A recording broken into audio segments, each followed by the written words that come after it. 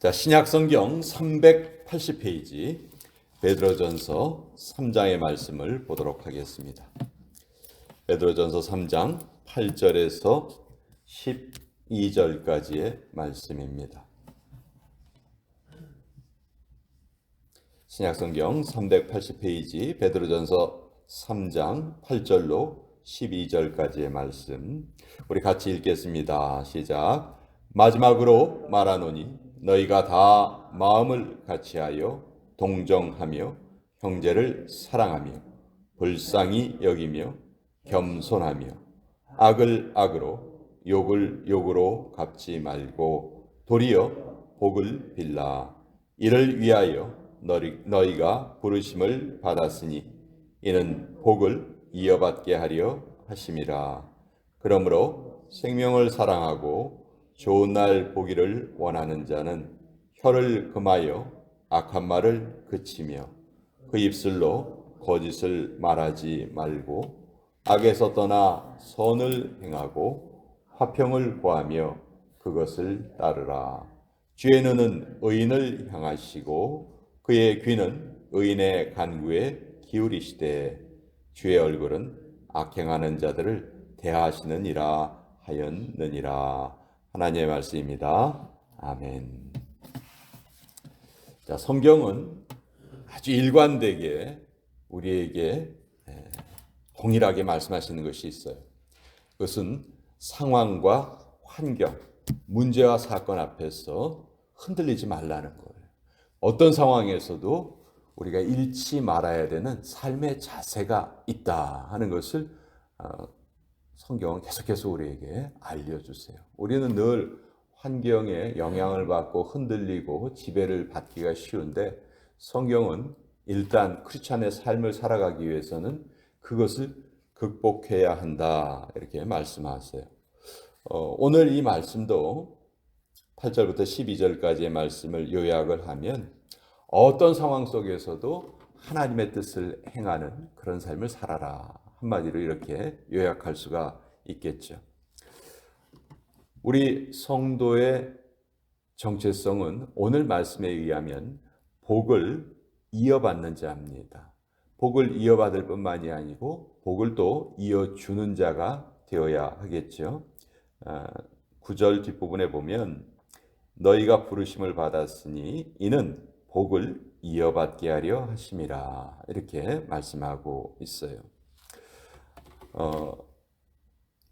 복은 하나님의 나라를 우리가 이어받는 것입니다. 이어받는다는 것은 이어 주어야 된다는 책임도 있는 거예요. 그럼 우리가 어떻게 복을 이어받고 어떻게 복을 이어줄 것인가? 그것이 우리의 삶의 행동을 통해서 나타난다는 거예요. 8절에 보면 우리가 도움이 필요한 자들을 어떻게 대해야 될 것인가? 동정하고 형제를 사랑하고 불쌍히 여기고 겸손해야 하고 9절 우리에게 악을 행하는 자가 있을 수가 있죠. 이유 없이 우리를 핍박하는 자가 있을 수가 있어요. 그런데 그때 우리는 어떻게 행해야 될 것인가? 악을 악으로 욕을 욕으로 갚지 말고 도리어 복을 빌라 이렇게 말씀하고 있습니다. 사실 우리가 늘 우리의 인생을 하나님께 맡깁니다. 하나님께 제 인생을 드립니다. 이렇게 많이 고백을 하는데요. 우리가 화를 내야 되는 상황이 있으면 우리는 그 상황을 결코 하나님께 드리려고 하지 않는 것 같아요. 화낼 상황이 있으면 일단 내가 화를 내고 또 안 좋은 말을 해야 될 경우가 있다면 일단 안 좋은 말을 내가 하려고 해요. 그것만큼은 하나님께 드리려고 하지 않아요. 그러면서 우리는 늘 고백하기를 하나님께 제 삶을 드립니다. 이렇게 말해요. 물론 우리가 알지 못하는 미래에 대해서 막연한 불안이 있기 때문에 어려움이 있기 때문에 그것을 하나님의 손에 우리가 맡겨드립니다. 그런 고백 참 잘해요. 근데 바로 내 삶에서 하나님께서 우리에게 주신 믿음이 드러나는 경우는 드러나야 되는 경우는 우리가 그것을 막는 경우가 너무 많다. 그래서 결국 내가 하나님께 내 삶을 드립니다 하는 것은 전 다른 부분보다도 이 부분에서 제일 잘 나타난다고 생각을 합니다. 과연 나는 내가 당한 악을, 내가 당한 욕을 내가 해결하려고 하나 아니면 그것을 하나님께 맡기는가?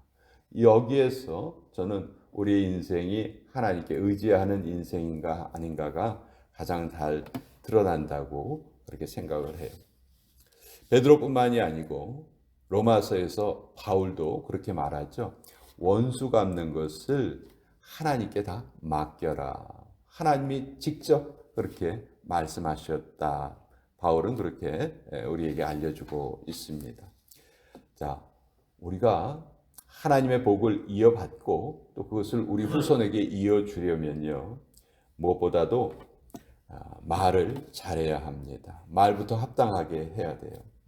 10절에 보시면 생명을 사랑하고 좋은 날 보기를 원하는 자는, 여기에 좋은 날이라는 것은 그냥 우리 일상에 찾아오는 어떤 기쁜 날을 말하는 것이 아니고 우리가 성경이 말하는 영적인 최종적인 복을 말하는 거예요.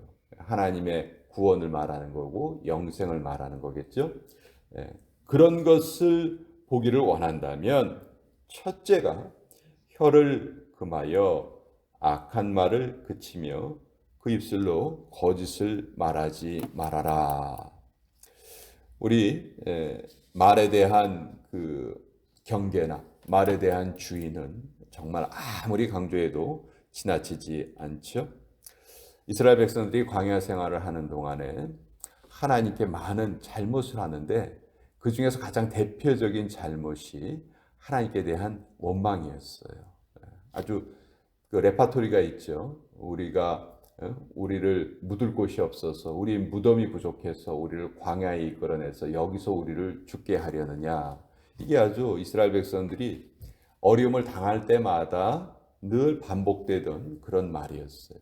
하나님이 이것을 처음에는 다 이렇게 참아주시다가 약속을 맺고 난 후에는 하나님이 이것을 시내산 약속 이후에는 참지 않으십니다.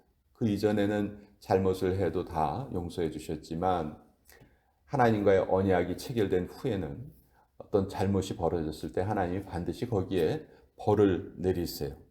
하나님이 뭐라고 맹세하셨냐면 내 삶을 두고 맹세하노라. 너희의 말이 내 귀에 들린 대로 내가 너희에게 행하겠다. 그러니까 우리 입에서 나오는 이 말이 얼마나 힘이 있는가. 그러니까 우리가 이 말을 가지고 타인을 저주한다든지 타인에게 욕을 한다든지, 여러분 그것은요, 우린 그 순간 속이 시원할지 몰라요. 그러나 그것에 대한 벌은요, 우리가 다 짊어지는 거예요. 어떤 사람이 분노에 대해서 이렇게 정의를 했습니다. 분노가 뭔지 아냐? 다른 사람의 잘못한 것에 대해서 내가 내 자신에게 행하는 징벌이다. 그렇게 분노를 표현을 했어요. 물론 우리가 분노를 품지 않는다는 것은 불가능해요. 분노는 아주 정당한 감정이에요. 하나님도 분노하시거든요. 예수님도 분노하셨고 성령께서도 분노하세요. 그러니까 분노 자체는 정당한 올바른 감정이에요. 하나님이 분노하시지 않으면 어찌 악을 심판하실 수가 있겠습니까? 분노는 정당해요. 그런데 하나님이 우리에게 그 정당한 분노를 갖게 하는 것은 하나님도 인정하세요. 그런데 거기까지 우리는 분노를 품으면 그 분노를 내가 해결하려고 하잖아요. 그거는 성경이 계속해서 절대로 그렇게 해서는 안 된다. 오히려 복을 빌어라. 복을 비는 것만이 너희가 할 수 있는 최대의 복수다. 이렇게 말씀하고 계세요.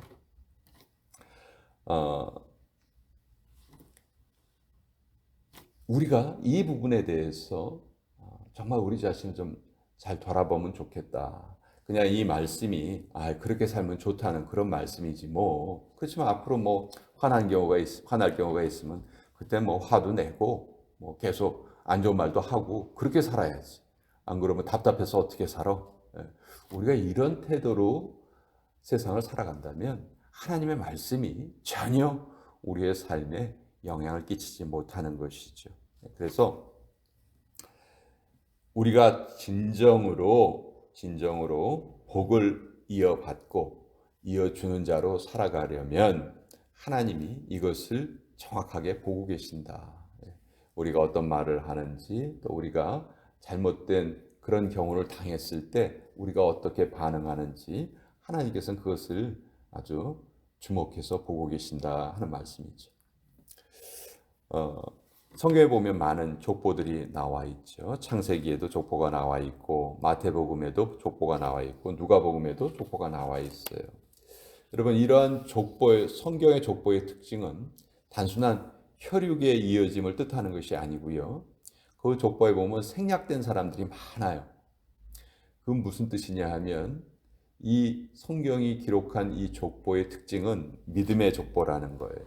즉 복을 이어받았던 계보라는 거죠. 수많은 자손들이 있었지만 그 자손들 중에서 한 명, 두 명, 요 정도만 기록이 되거든요. 그러니까 이 많은 사람들 중에서 복을 이어받았던 사람들이 따로 존재했다는 거예요. 그러니까 이것이 성경의 족보의 특징인데 오늘날도 마찬가지입니다. 하나님께서 이 땅에 정말 수없이 많은 사람들을 이 땅에 보내셨어요. 그러나 이 땅에 보내신 그 수없이 많은 사람들 중에서도 하나님의 복을 이어받고 이어주는 사람은 선택되어 있다는 것이죠. 우리가 그 선택 안에 들어가 있어야 하고 그 선택 안에 들어가 있으려면 결과적으로 우리의 삶의 행위로 그것을 나타낼 수 있어야 한다는 것이죠. 자, 우리는 정확한 정체성을 가지고 살아야 돼요. 왕자와 거지라는 그런 이야기를 보면 왕자는 자기의 신분이 왕자라는 것을 알고 있어요. 그래서 비록 거지의 옷을 입고 있어도 자기가 누구인지를 압니다. 또 반면에 거지는 왕자의 옷을 입고 있어도 왕자다운 행세를 하질 못해요. 그렇죠? 그러니까 우리의 성도들의 외관이 중요한 것이 아니고 내가 지금 어떠한 존재라는 정체성을 가지고 살아가는가. 나는 나의 정체성은 악을 악으로 욕을 욕으로 갚는 자가 아니고 도리어 복을 비는 자다. 내가 분노할 때 결국 그 분노는 타인에게 벌을 내리는 것이 아니고 내가 내 스스로에게 벌을 내리는 것이다. 이것을 좀 잘 기억하고 물론 이게 처음서부터 완벽하게 이루어지지는 않겠죠. 그러나 이런 완전한 모습을 향하여서 끊임없이 우리 자신을 쳐서 복종케 하는 그런 우리의 노력이 필요하다. 그리고 그럴 때 성령께서 반드시 우리와 함께 하시고 우리를 도와주신다 하는 것을 이 4월 달의 첫날 또 하나님의 말씀으로 우리가 봤습니다.